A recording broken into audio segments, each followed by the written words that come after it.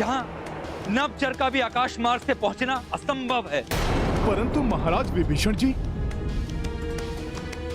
मेघनाद को रोकने के लिए हमारा वहां पर पहुंचना अति आवश्यक है। उसका कोई तो उपाय होगा।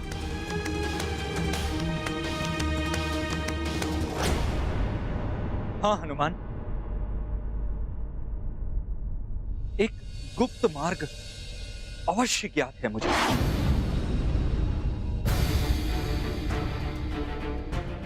तब हमें विलंब नहीं करना चाहिए। यथाशीघ्र प्रस्थान कर उसके यज्ञ के पूर्ण होने से पूर्व ही उस दुष्ट मेघनाद का वध कर देना चाहिए। अब यही एक अवसर है यहां से भागने का।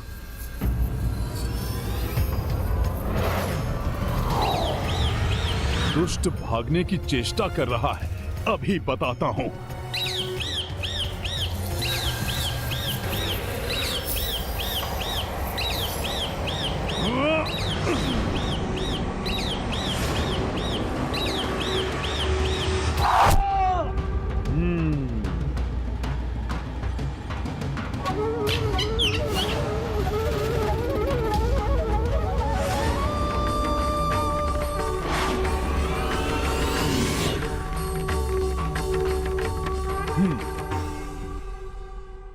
तुमने बहुत अच्छा किया हनुमान, अन्यथा मेघनाद की वध करने की हमारी योजना से ये रावण को अवगत करा देता। प्रभु, मेघनाद के यज्ञ में व्यवधान डालना तो संभव है, किंतु उसका वध असंभव है।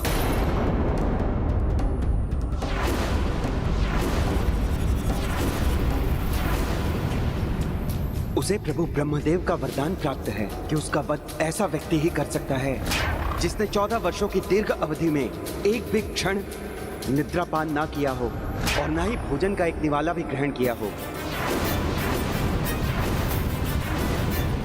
प्रभु, क्या आपकी वानर और ऋक्ष सेना में ऐसा कोई योद्धा है?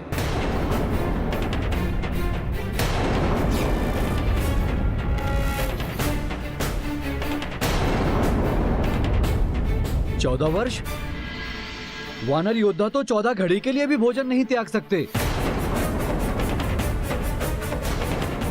सुषेण जी, एकमात्र हनुमान ही ऐसे हैं जो प्रभु की सेवा में लीन रहने की अवधि में जो निद्रा और भोजन दोनों का परित्याग करते हैं।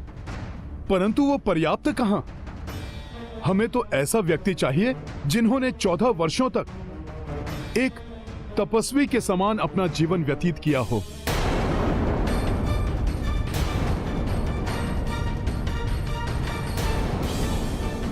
लक्ष्मण, लक्ष्मण, लक्ष्मण, लक्ष्मण,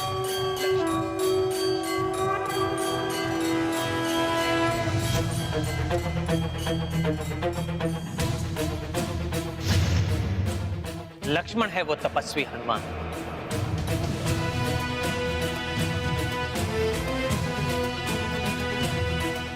लक्ष्मण जी?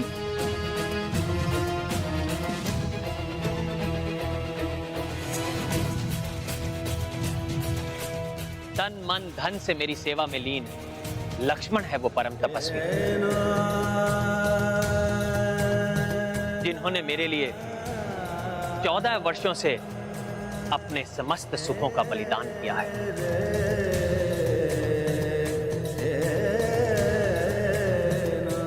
नेत्रों में निद्रा भूल चुके हैं, भोजन का एक ग्रास भी अपने मुख में नहीं लिया है।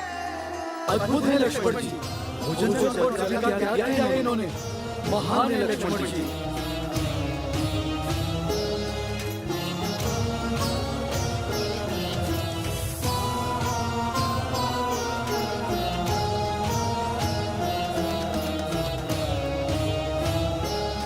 धन्य है आप लक्ष्मण भैया, धन्य है आपकी भक्ति।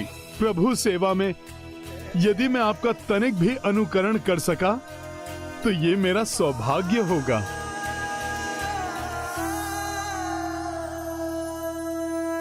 हनुमान, तुमने भी सदैव अपने हितों की चिंता किए बिना ही मेरी सेवा की है, इसलिए ये कार्य मैं लक्ष्मण और तुम्हें सौंपता हूं।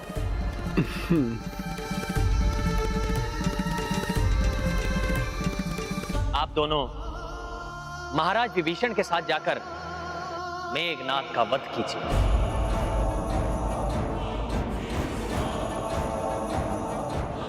इस आक्रमण में इन तीनों महायोद्धाओं के सिवाय प्रत्यक्ष रूप से हमारी सेना भाग नहीं लेगी, क्योंकि जो युद्ध के मर्यादाओं और नियमों को भंग करने के अभ्यस्त हैं, उनके प्रत्युत्तर में ये हमारा उन पर गुप्त प्रहार होगा। महाराज सुग्रीव, अधर्मियों को अधर्म करने से रोकने के लिए, धर्म की रक्षा के लिए ऐसी अनेक परिस्थितियां उत्पन्न हो जाती हैं जिनमें ऐसे उपाय अनिवार्य हैं।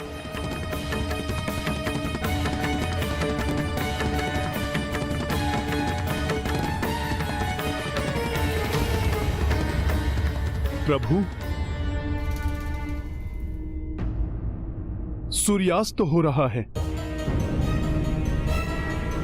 अब मेघनाद के जीवन का सूर्यास्त करने के लिए हमें तनिक भी विलंब नहीं करना चाहिए। हमें शीघ्र प्रस्थान करना चाहिए प्रभु। भैया, आपका आशीर्वाद साथ है तो अब हम सब मेघनाद के वध का सुखद समाचार लेकर ही लौटेंगे।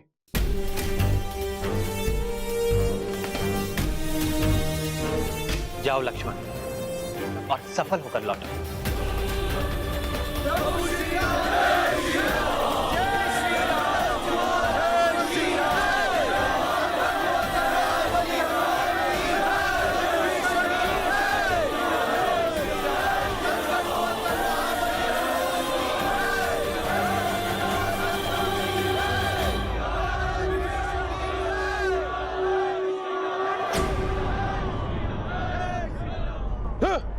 पुनः जय जयकार क्यों कर रहे हैं वानर?